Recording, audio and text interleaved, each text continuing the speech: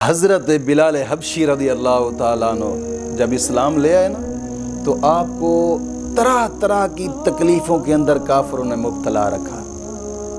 امیہ بن خلف جو مسلمانوں کا بدترین دشمن تھا اور اسی کے ہی حضرت بلال حبشی غلام تھے، انہوں نے طرح طرح کی تکلیفیں دی۔ سخت گرمی کے اندر دوپہر کے وقت تپتی ہوئی ریت پر سیدھا لٹا دیتا تھا اور سینے پر پھر پتھر رکھ دیے جاتے تھے،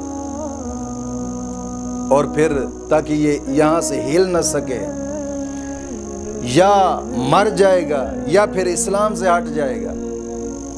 مگر حضرت بلال حبشی رضی اللہ تعالیٰ عنہ کو اسلام کا ایسا اور حضور کی محبت کا ایسا نشہ تھا، وہ جتنی زیادہ تکلیف دیتے تھے آپ کی محبت مزید بڑھتی تھی حضور کے ساتھ۔ ظالم لوگ آپ کو رات کے وقت زنجیروں سے جناب علی باندھ کر کوڑے مارتے تھے، اور دن کے وقت پھر وہ زخموں والی جگہ ریت پر لٹا کر اوپر چٹان پتھر رکھ دیتے تھے تاکہ مزید زخموں میں درد ہو اور تڑپے مزید۔ آپ کو جیسے ہی تڑپ اور درد زیادہ ہوتا تھا آپ کے الفاظ احد احد منہ سے نکلتا تھا۔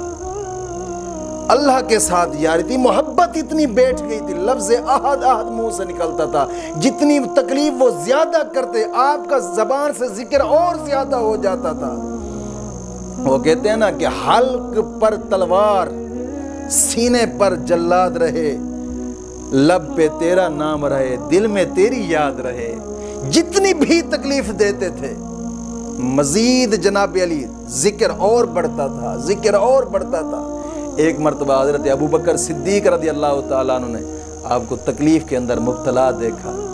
حضرت ابوبکر صدیق، میں مختصر بات کر رہا ہوں کہ حضرت ابوبکر صدیق نے آپ کو جناب علی ان سے خرید کر آزاد کر دیا۔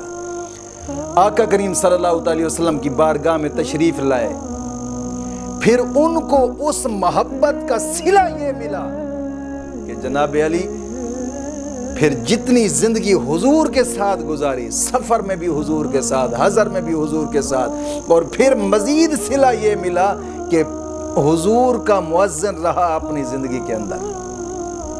ایک وہ وقت تھا کہ بلال حبشی دین کی خاطر تکلیفیں اٹھا رہے تھے، دین کی خاطر مارے جھل رہے تھے، اور ایک وقت وہ بھی آیا کہ دین نے ان کو ایسی عزت بخشی کہ اب کعبہ کی چھت پہ کھڑے ہو کر اذانیں دے رہے تھے۔